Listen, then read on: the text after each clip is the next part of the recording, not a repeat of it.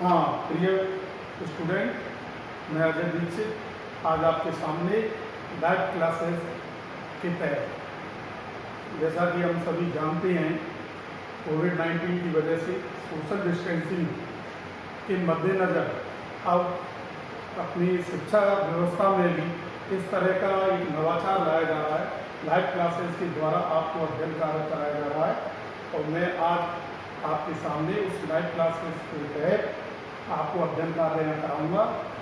आज का हमारा जो टॉपिक है वो है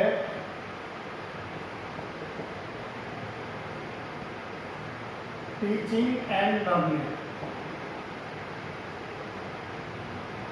टीचिंग एंड लर्निंग ये बीएड फर्स्ट ईयर में पेपर नंबर 3 है, टीचिंग एंड लर्निंग। साथ ही ये पेपर इंटीग्रेटेड सेकेंड ईयर में भी ये पेपर सिलेबस में शामिल है। तो आज हम सबसे पहले जो बात करते हैं इसी विषय वस्तु के बारे में बात करेंगे कि टीचिंग एंड लर्निंग, जिसकी सबसे पहले हिंदी है शिक्षण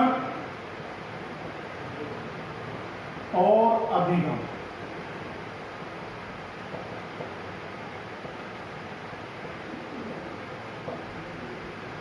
जिसमें सबसे पहला बिंदु आज हम अभिगम के बारे में बात ना करते हुए सबसे पहले हम शिक्षण के बारे में बात करेंगे कि शिक्षण क्या है।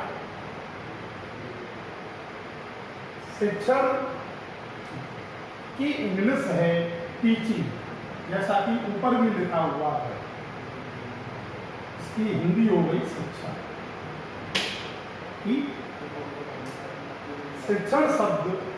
शिक्षा शब्द से बना है, जिसका अर्थ है ज्ञान प्रदान करना।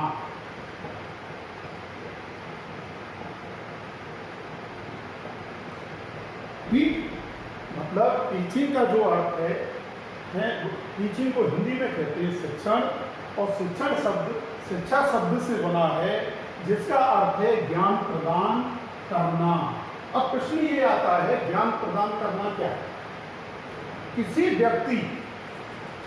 व्यक्ति को कोई बात सिखाना, मतलब किसी व्यक्ति विशेष के लिए बात सिखाना या ज्ञान देना या मार्गदर्शन करना या अग्रसर करना, मतलब उसको आगे आने के लिए तैयार करना, वो उसको हम क्या है शिक्षण कहते हैं। अब बात आ जाती है व्यक्ति के लिए। इसमें अब 2 बिंदु आ जाते हैं।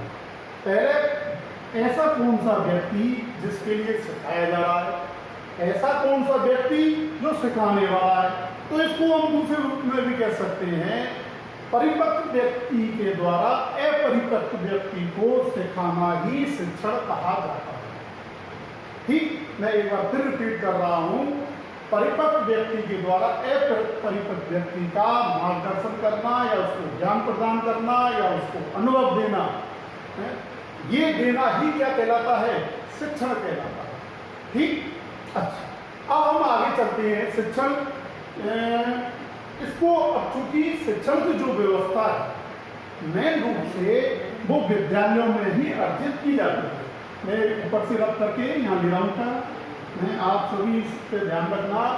शिक्षण का जो मुख्य केंद्र है, शिक्षण का मुख्य केंद्र क्या है, वो विद्यालय में है। तो विद्यालय में किसके द्वारा शिक्षण कार्य कराया जाता है, शिक्षक के द्वारा। तो हम इसकी परिभाषा इस तरह से भी ले सकते हैं कि शिक्षक के द्वारा जो ज्ञान प्रदान कराया जाता है उसको हम शिक्षण कहते हैं। ठीक, शिक्षक के द्वारा जो ज्ञान प्रदान कराया जाता है हम उसको शिक्षण कहते हैं। इसके साथ ही इस शिक्षण के कई सारे रूप हैं, जो प्रमुख रूप से हम आज उनको 2 भागों में बांटते हैं। शिक्षण के जो रूप हैं उनको हम 2 भागों में जो बांटते हैं वो है, पहले नंबर पर औपचारिक रूप।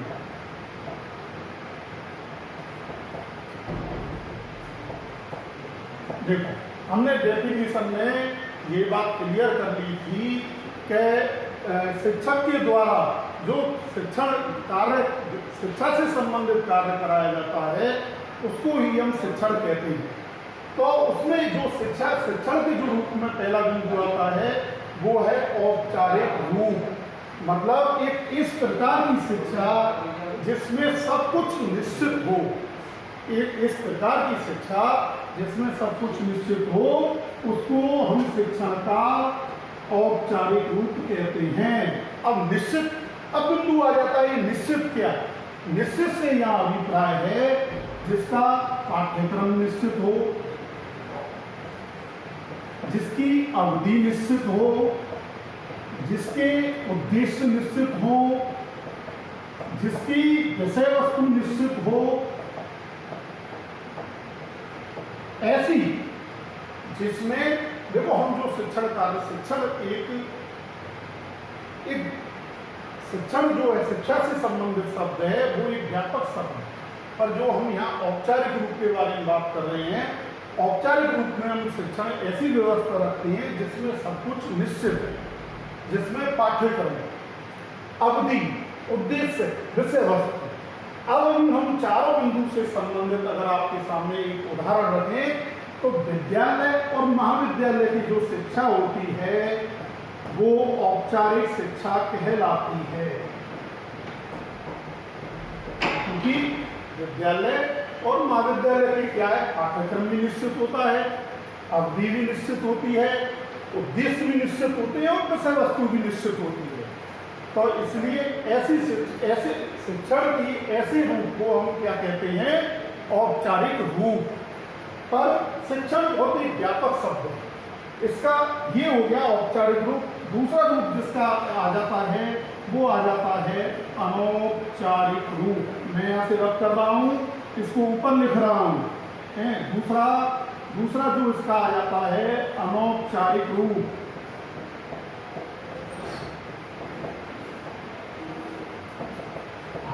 तो ठीक है, औपचारिक रूप में हमने पहले बात की थी भाई जिसमें सब कुछ निश्चित हो वो क्या है, औपचारिक। अनौपचारिक रूप जस्ट उसका अपोजिट है, ऐसे शिक्षा जिसमें कुछ भी निश्चित नहीं है।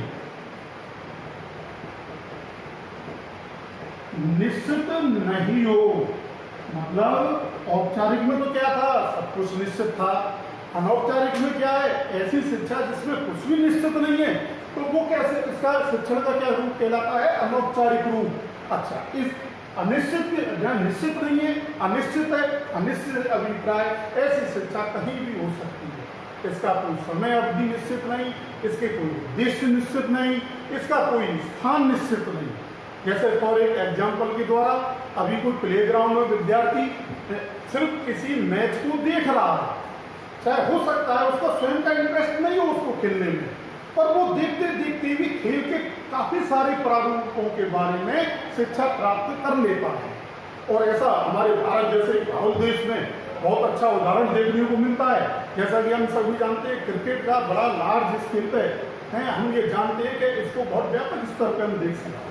तो ऐसी जो शिक्षण का जो रूप है जो वो क्या अनौपचारिक, इसमें कुछ भी निश्चित, इसके जो मेन बेस होते हैं, इस प्रकार की शिक्षा प्रदान करने के जो बेस होते हैं वे होते हैं हमारा समाज, हमारे मित्र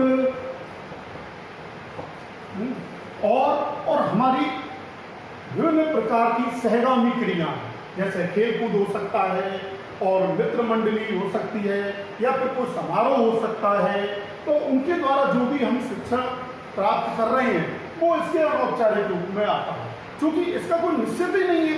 ठीक, अच्छा, अब चूंकि हमने शिक्षण का अर्थ सही रूप, शिक्षण के हमने रूप देख लिया, उसका शाब्दिक अर्थ देख लिया, पर शिक्षण शब्द हम पहले भी कह चुके हैं कि एक बहुत व्यापक शब्द है, क्योंकि शिक्षण क्या है, एक सामाजिक प्रक्रिया है। क्या है, सामाजिक प्रक्रिया।